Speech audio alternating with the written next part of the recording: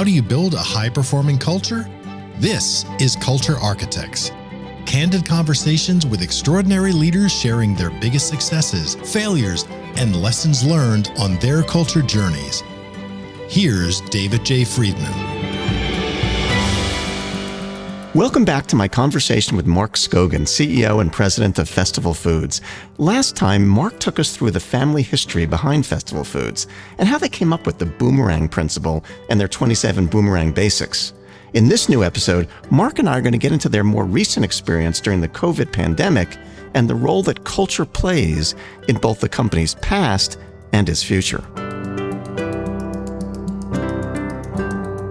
I definitely see that when you bring new people into any culture, whether it's good or bad, they're going to look around and say, this is how we do it. If it's lousy, this is how we do it. If it's great, this is how we do it.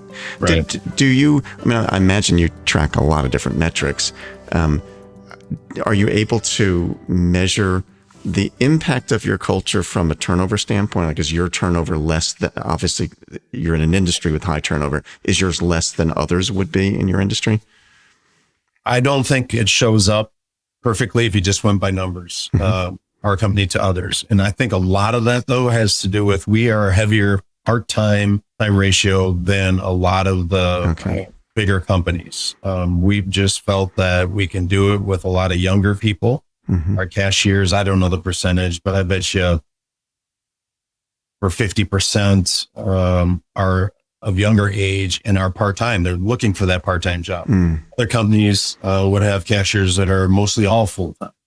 So there's a lot we can do with the younger generation for their first jobs to, help them and help us. And so we can't see it in that necessarily, but I have to believe that if you had a place that is not friendly, isn't flexible, doesn't listen, as a my way or the highway business, you just don't stay around. There's too many options these days. So I really believe, and the way we get reinforced, and knowing that this works, I think is from feedback, mostly from guests that will write in, and they always write in about somebody or some department, the people there. And we read those and celebrate to give credit to those who are named and just reinforce the behavior. We don't get letters that say you have the best ketchup. We really come there because it's ketchup. People write us to take the time to write and say, I love it there because of this person. That means a lot. And to the point of that, over the past 3 years, we have started tracking how many letters or engagements through a phone call or somebody coming into the store and asking for the manager that a associate might get. So if Jim in produce gets a letter written in about something he did that was great, we keep it on file and know that Jim has one of those. And at different points that they accumulate another letter, another touch base, they get a boomerang put on their name tag and of different colors. Cool. So you can see in the store who gets a lot of positive feedback, and the top level is 40. And we call those all-star boomerangs. So there are people, quite a few, that have had 40 different contacts from our guests saying that person is awesome. Wow. And I'm sure they wear that with pride. I'm sure they do. Yeah. All-star boomerang on. Very cool. Do you find, are there certain stores that have a greater number of Boomerang All-Stars than others? Not necessarily by store, but we do track. We have a survey that comes off of our cash registers that's optional for people to take. And one of the questions we ask is about the engagement. Were you greeted once, twice, 3 times, or up to 5 times? And so we do track those stores that we need 3 to 5. I mean, there's just no reason you can't do that. And so we can see the stores that have 3 to 5 engagements while somebody's in there and know that those stores are doing better. And, you could think, well, I don't know if I can move that needle. You can move that needle. It's just a matter of talking with the team, staying after the idea that we are going to greet everybody and be helpful to them when they're in the store. Yeah. I had done on our podcast, we had a guest who was a woman who was the head of people and culture for Home Depot. with 475,000 employees, which I can't even fathom being that large. And she said in their experience, they can draw a direct line between those stores. When they have as many stores as they can do these comparisons, but that there was a direct line between the stores with the highest employee engagement scores and the stores that performed best financially. That you could graph those together very easily.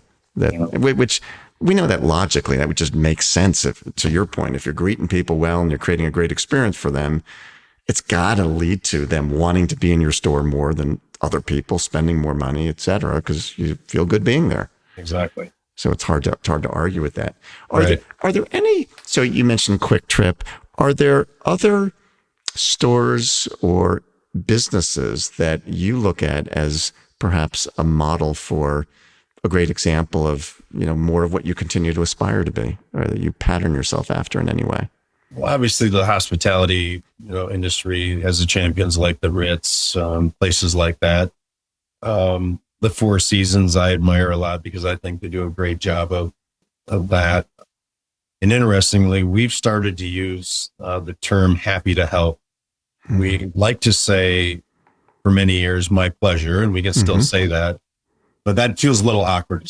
So if somebody says, thank you for helping me load my car, the answer needs to be happy to help. And that's a pretty clear, direct statement to make to our guests, because we should be. That is facts. And so I was at a Four Seasons last year and there for a couple of nights, and more than once, maybe 3 to 4 times, people working in there said, happy to help.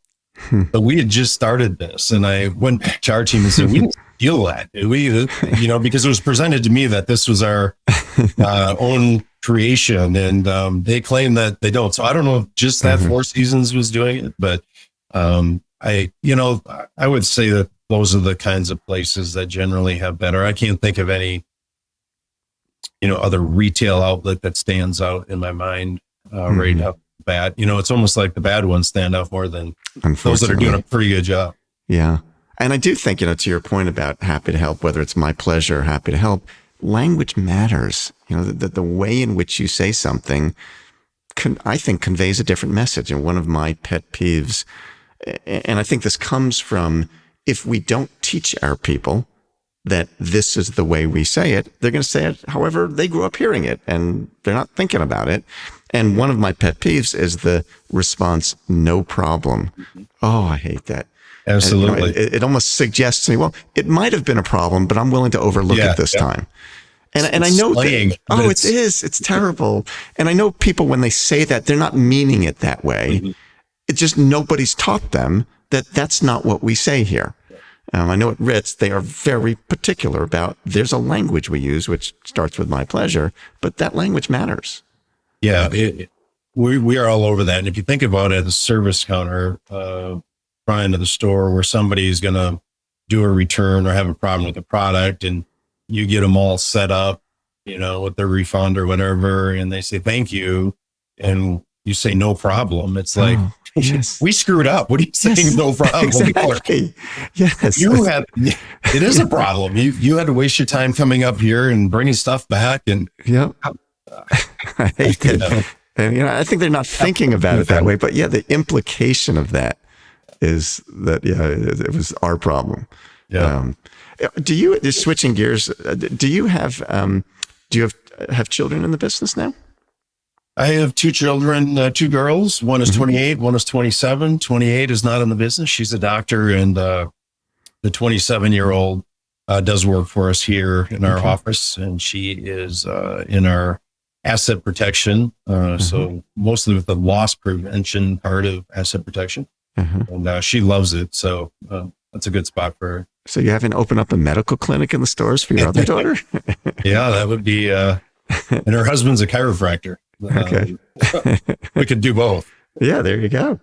And do you have siblings in the business? Are there other Skogens, or is it? I have one sister who's a year and a half younger than me, and she's not in the business. She was at one point, but she just does her own thing, and that's fine. And so, talk a little bit about COVID and how did that impact festival foods, and how did your culture help you to survive that? We surprisingly, I bet you across a company of 8,000 people, maybe had 250 that opted out and said, I don't want to do this. This doesn't, it's not right for me. But the rest of them really did it gung ho. I mean, they were troopers, champions, because we got very busy. It was hectic. And so they actually worked harder than they were in regular times. And so it did show that they care. I mean, they're invested in all in. I think they found some excitement and pleasure in it. They knew that they were doing something that had to be done. People needed to eat, and they were going to do it, faced with the possibility of getting sick. And I think they really felt proud of what they were doing. And I would have to say that the culture had something to do with that. If they didn't like their job and then were at some sort of risk, I think they would have been, angry, and maybe we would have lost a lot more people. Mm-hmm. What do you see as the biggest opportunity for growth for Festival? Biggest opportunity for growth? Mm-hmm. Well, it's difficult to grow with new stores, ground up. I know there's, always talk of food deserts, and usually those places we're a smaller state with not as many big cities that, it's apt to happen in. So putting a store up, we're opening a store this Friday in Hudson, Wisconsin. The argument can be made, no city really needs another grocery store. To find places where there's, 1 to 4 stores and they're busy and bursting at the seams is hard to find. Mm-hmm. So that's, tough for us these days to find new cities to put a store in. The growth opportunity has been these smaller stores that already exist, and a lot of people looking to get out of this business so we can grow in those areas, and then growing organically with what we have, trying to grow business. And that's a challenging science probably more than ever right now, trying to reach people. It used to be the newspaper. In Wisconsin is one of the places that hung on to a strong readership longer than most states. And, but we knew the day was coming, and now it is not a good vehicle for us to reach people. So digitally and creating custom offers is our challenge ahead of us to try and grow the business with those that are still with us and others that we can reach to say, you got to try us. And so I have this vague memory, and I could be wrong about this, but didn't you have some stores in Minnesota also, or is that not right? That goes back to the fact that Festival started as a franchise. And so that is a different ownership group. And they have 5 or 6 stores in Minneapolis. They jumped on early on. There were 2 other festivals in this state that came out a little later in the festival lifespan. And we have since purchased those.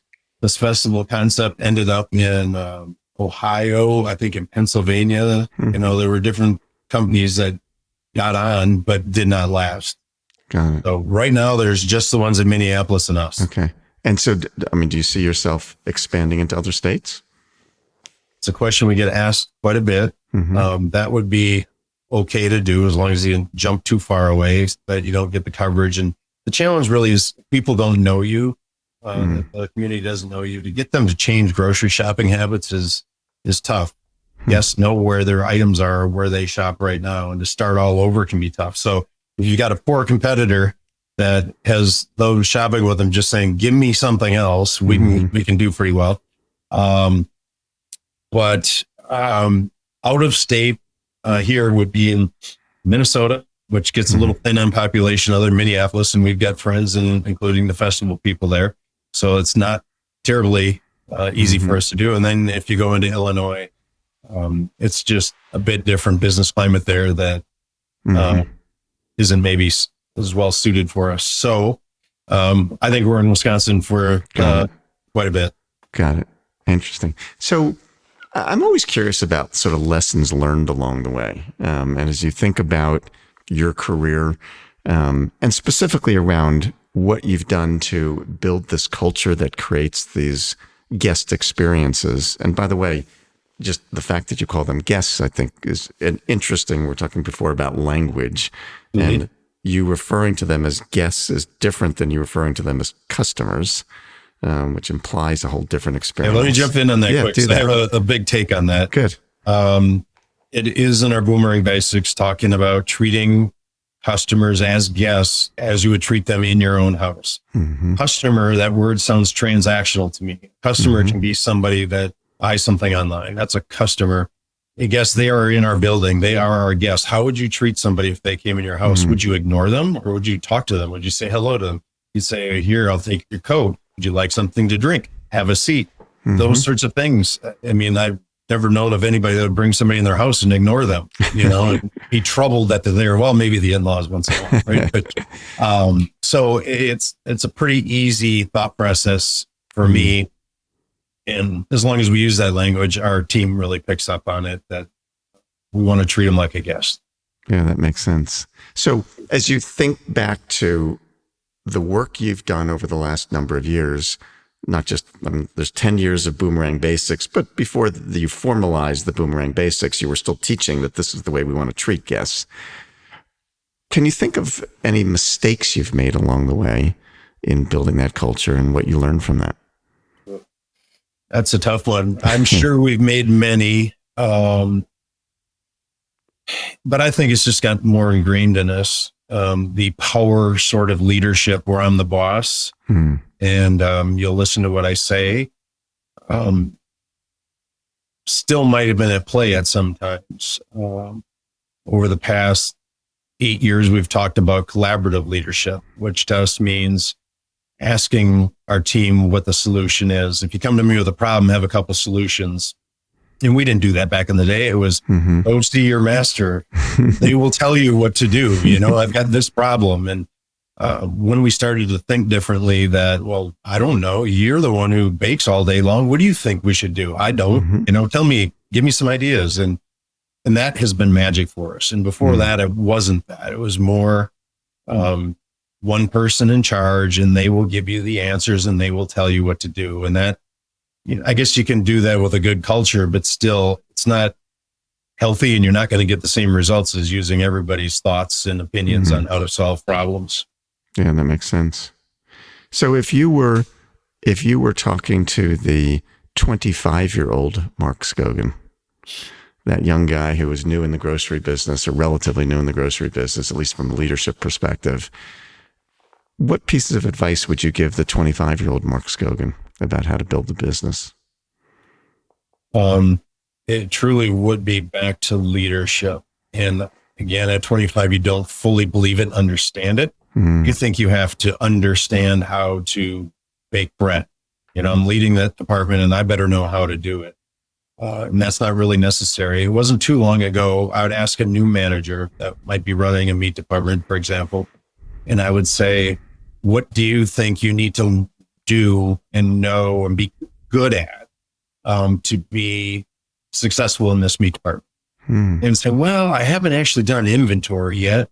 And, I haven't learned. It's like, well, bad answer. The way you're going to be successful is by leading and taking care of these people. Somebody else knows how to do the inventory. Sure, it'll be in your best interest to learn it and be a part of it and so on. But that is not it. And actually, the first time I did it, it was a female meat manager, and meat departments generally have more males in it. And meat cutter mentality is, get out of my way. I'm back here just cutting things up, and to have a young lady leading them. And that's where my mind went, is like, you don't need to understand necessarily or tell them how to do their job. You need to be there to listen, to support them, and they will do the rest. You just need to be that leader that they believe in and will, jump up and down for. And I believe that. And I didn't understand that fully back in the day. I thought it was, just you better know everything about this place and have all the answers about this place.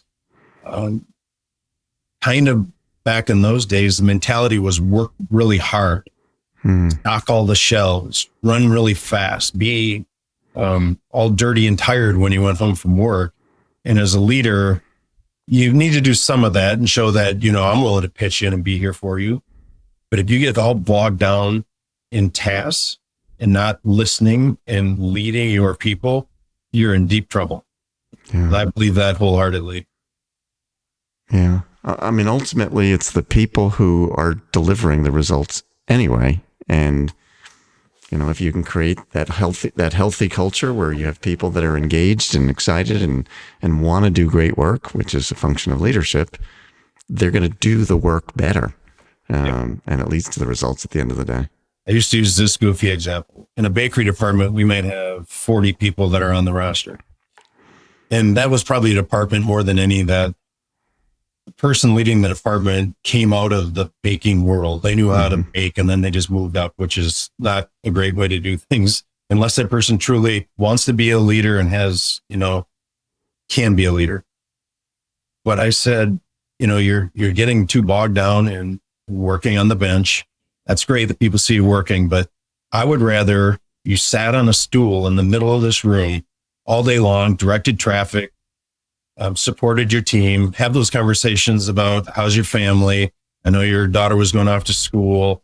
All that stuff would suit you better than sitting on the bench for 8 hours and not interacting with your people, not calling some shots, not, showing people what good looks like, because you're just a ghost in there. You're not doing what you need to do as a leader. So, I had to go to that extreme almost because they think, well, we got to get stuff done around here. And I know how to do it better than somebody else. And there's times where that has to happen. But if you do that all the time, you're going to lose them. Yeah. So do you, this is an age old question about leadership, but just listening to you talk about that, to what degree do you think that capability to be a leader, granted we have to coach and teach and help people to be better leaders, but do you think that there are some people who just have that capacity in them and others who don't? Or can anybody be really taught to be a great leader?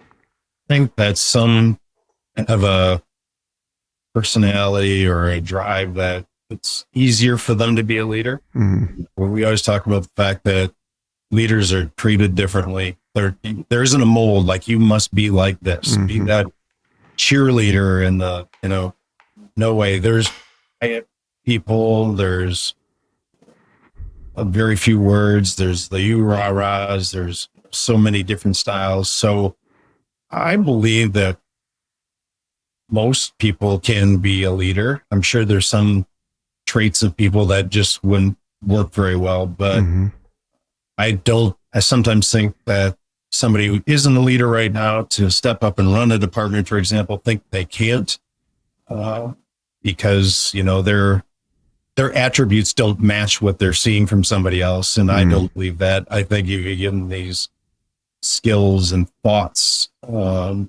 ways of approaching things, it can be easier than they would ever imagine. And I suspect, I know you're very big. You mentioned collaborative leadership. I know servant leadership is very important for you. And I think as I listen to what you're saying, if you start with somebody who is truly, for lack of a better phrase, I'll call them a servant leader. And what I mean by that is they generally have a desire to support and help people. If it starts there, I suppose we can teach them the tools and things to do that. But you can't really replace a genuine desire to want to support other people. Some people need to be rewired. They yes. don't think that way. And, and they're probably never going to be a good leader, no matter what skills you give them. Right. Because it starts, at the core of what is it that you want? Do you care that much? I think of it reminds me of one of the fundamentals that's in most of our clients is one that we call listen generously. And if you're a good listener, and we can talk about all of the techniques and the tools and the things you can do to be a better listener. But I often say to people, if you just start with a genuine desire to understand the other person, most of those techniques, they just kind of happen anyway, because it's just what you naturally do if you really want to understand somebody. But it starts there. Yeah. So for you, the same thing. So it starts there. It starts with I really, truly want to understand you. And everything else flows out of that. And I think the same is probably true of leadership, that if it starts with, I want to serve others, I want to support them, I want to help see them become successful, well, then there's a lot of different ways we can do that. But if that's not there, probably not a whole lot else works. Right. Yeah, fascinating.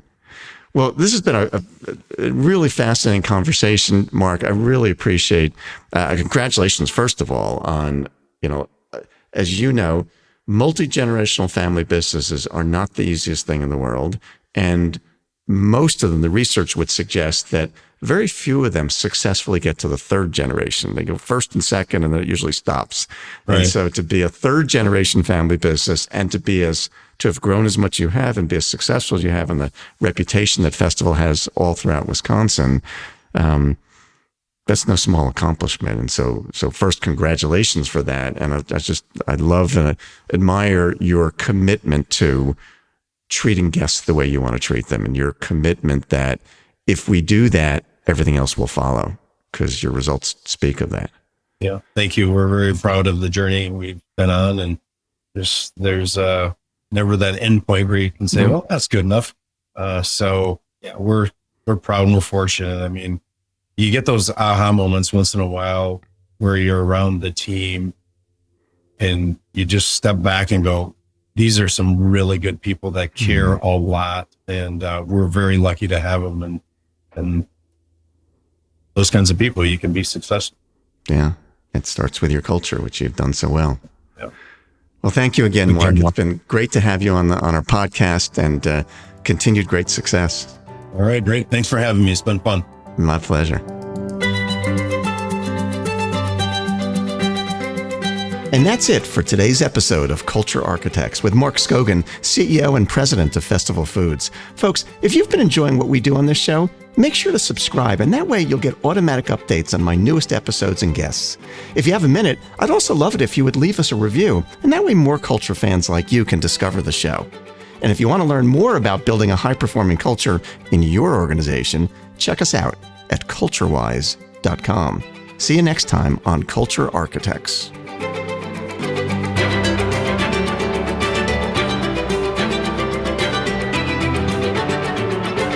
This has been Culture Architects with David J. Friedman.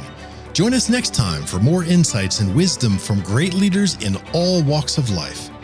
To book David for your next event, or to learn more about his writing, speaking, or consulting, go to davidjfriedman.com. Culture Architects with David J. Friedman is a production of CultureWise.